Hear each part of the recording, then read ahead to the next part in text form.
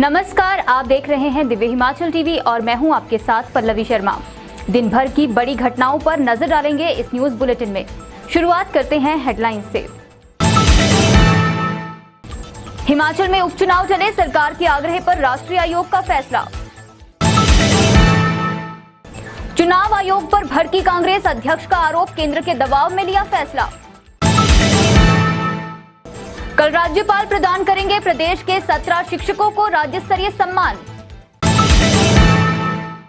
प्रदेश में 3,425 करोड़ के एमओयू की तैयारी, कल चंडीगढ़ में होंगे कंपनियों से करार। बरसात में हुए नुकसान की भरपाई के लिए कमेटी का गठन करेगी सरकार। विभागीय परीक्षा का शेड्यूल जारी, संजौली कॉलेज में 13 से 20 सितंबर तक होगा एग्जाम। हिमाचल में 6 से 8 सितंबर तक येलो अलर्ट, 9 तक खराब रहेगा मौसम। और अब समाचार विस्तार से। प्रदेश में आजकल जिस तरह से चुनावी दौर का सिलसिला चल रहा था, उससे लगता था कि यहां शीघ्र ही चुनाव हो जाएंगे, लेकिन मुख्य सचिव के आग्रह पर राष्ट्रीय चुनाव आयोग ने इसे टाल दिया है। चुनाव टालने का बड़ा कारण कोरोना का लगातार बढ़ते जाना है। देखते हैं इस रिपोर्ट में। हिमाचल में 3 विधानसभा क्षेत्रों और 1 लोकसभा सीट के लिए उपचुनाव टल गए हैं। भारत के निर्वाचन आयोग ने ये फैसला लिया है कि हिमाचल के मुख्य सचिव ने नवंबर के त्योहारी सीजन तक चुनाव टालने का आग्रह किया था। निर्वाचन आयोग ने पश्चिम बंगाल में मुख्यमंत्री ममता बनर्जी की सीट समेत कुल 3 सीटों को छोड़ बाकी सभी राज्यों में फिलहाल चुनाव स्थगित करने का फैसला लिया है। इसका अर्थ ये हुआ कि हिमाचल में अभी उपचुनाव नहीं होंगे। यहाँ 3 विधानसभा सीटें फतेहपुर, जुब्बल कोटखाई और अर्की यहाँ के विधायकों के निधन के कारण खाली है। मंडी संसदीय सीट भी दिवंगत सांसद रामस्वरूप शर्मा के बाद से रिक्त चल रही है। अब चुनाव टलने के कारण 3 विधानसभा सीटों के खाली ही रहने की आशंका भी बढ़ गई है। ये इसलिए क्योंकि इन सीटों पर यदि दिसंबर से पहले चुनाव न हुए तो फिर 1 साल से कम वक्त सरकार का रह जाएगा और ऐसे में चुनाव करवाने की कानूनन बाध्यता नहीं रहेगी। मंडी संसदीय क्षेत्र का समय चूंकि 2024 तक है, इसलिए वहां उपचुनाव इसके बाद भी हो सकता है।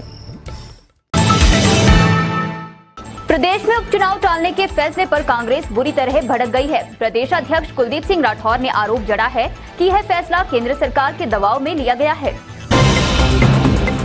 कांग्रेस अध्यक्ष कुलदीप सिंह राठौर ने मंडी संसदीय क्षेत्र के साथ साथ अर्की, फतेहपुर व जुब्बल कोटखाई विधानसभा के उपचुनाव टालने के चुनाव आयोग के फैसले पर अपनी प्रतिक्रिया देते हुए कहा है कि यह फैसला केंद्र सरकार के दबाव में लिया गया है, क्योंकि देश प्रदेश में समाज के हर वर्ग में भाजपा सरकार के खिलाफ जबरदस्त गुस्सा है। प्रदेश में लोगों में भी यही गुस्सा बढ़ती महंगाई, बेरोजगारी व भ्रष्टाचार जैसे मुद्दों को सामने देख भाजपा इन चुनावों से भाग खड़ी हुई है। उन्होंने कहा कि देश प्रदेश में किसानों व बागवानों के जबरदस्त गुस्से की वजह इन चुनावों को टालने का एक मुख्य कारण है। राठौर ने कहा, आज जिन परिस्थितियों से देश व प्रदेश गुजर रहा है वह सब भाजपा की नीतियों व निर्णयों का ही परिणाम है। उन्होंने कहा कि सरकार में लोगों का सामना करने की शक्ति नहीं रही है। शिक्षा क्षेत्र में बेहतरीन सेवाएं देने वाले शिक्षकों को कल राज्य स्तरीय सम्मान से नवाजा जाएगा। इस बार प्रदेश के 17 शिक्षकों को इसके लिए चुना गया है। शिमला के पीटरहॉफ में कल राज्य स्तरीय समारोह होगा।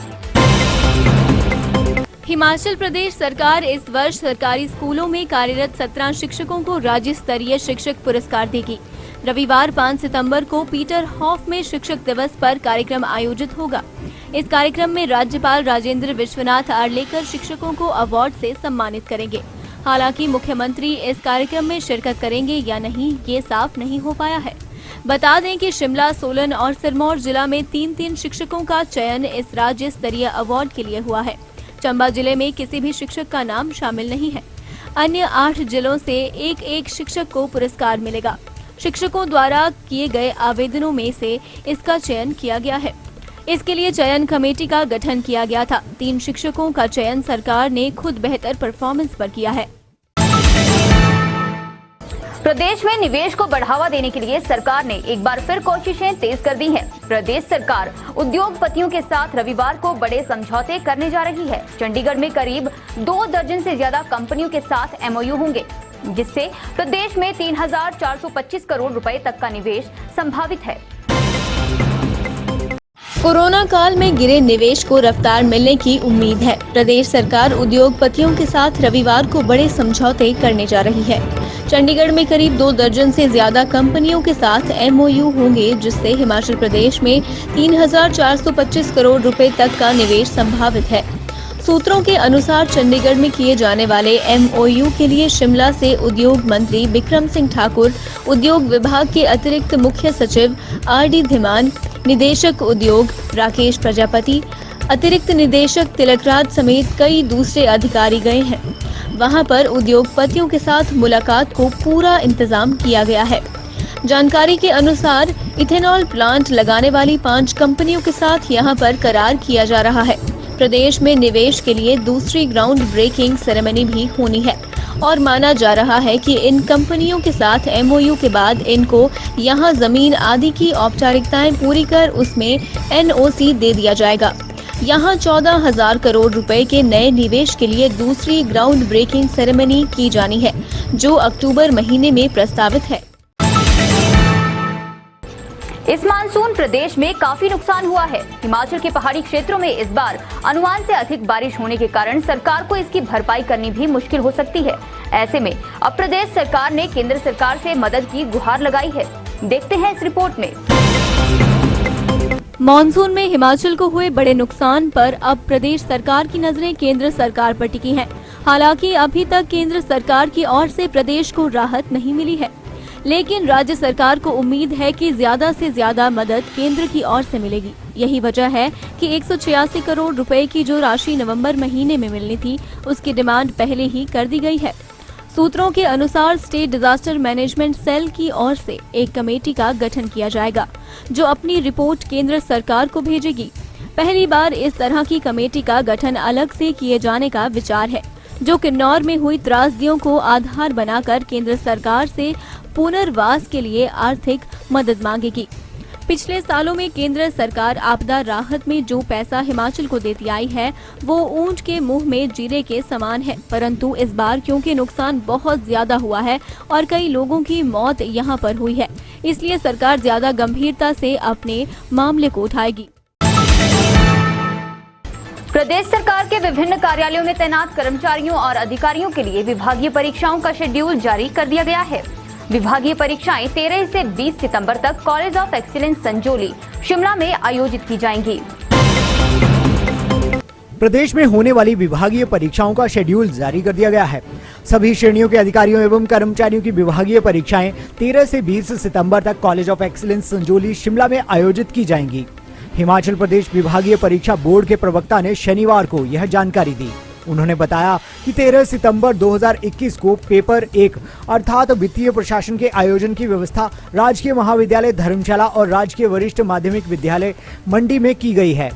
हिमाचल प्रदेश विभागीय परीक्षा बोर्ड द्वारा सभी पात्र उम्मीदवारों के रोल नंबर जारी कर दिए गए हैं। सभी उम्मीदवारों से अनुरोध है कि रोल नंबर डाउनलोड और प्रिंट करने के लिए वे अपने PMIS खातों की जांच करें। हिमाचल प्रदेश स्कूल शिक्षा बोर्ड और हिमाचल प्रदेश राज्य विद्युत बोर्ड से संबंधित उम्मीदवारों के रोल नंबर डाक द्वारा भेजे गए हैं और वे अपने रोल नंबर हिपा की वेबसाइट पर भी देख सकते हैं। आइए जानते हैं मौसम का हालचाल। हिमाचल प्रदेश में 6 से 8 सितंबर तक येलो अलर्ट जारी किया गया है। इस दौरान प्रदेश के अधिकांश क्षेत्रों में जहां भारी बारिश की आशंका जताई जा रही है, वहीं कई क्षेत्रों में लैंडस्लाइड व प्राकृतिक आपदाओं का अंदेशा भी जताया गया है। हालांकि बीते रोज मौसम विज्ञान केंद्र ने केवल 7 सितंबर को ही भारी बारिश का अलर्ट जारी किया था, लेकिन शनिवार को जो बुलेटिन जारी हुआ है उसमें 3 दिन तक का येलो अलर्ट जारी हुआ है। पिछले 24 घंटों के दौरान राज्य के अधिकांश क्षेत्रों में बारिश हुई है। इसकी वजह से अधिकतम व न्यूनतम तापमान में 2 से 3 डिग्री सेल्सियस की गिरावट दर्ज की गई है। प्रदेश में 24 घंटों में हुई बारिश की बात करें तो सबसे ज्यादा शिमला में 67 मिलीमीटर बारिश दर्ज की गई है।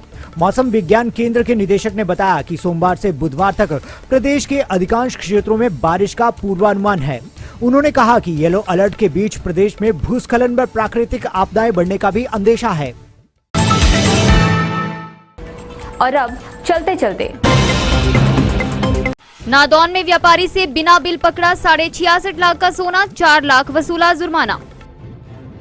जवाली में बैंक खाते की डिटेल जान उड़ाए 2,82,000 शातिर ने लगाया चूना। वैष्णो देवी की तर्ज पर नैना देवी में भी शुरू होगा पर्ची सिस्टम। नवरात्र मेलों में लागू होगी नई व्यवस्था। रामपुर में महिला ने चाटी पुल से सतलुज में लगाई छलांग। पुलिस और होमगार्ड जवानों ने नदी से निकाला शव। आज के न्यूज बुलेटिन में इतना ही।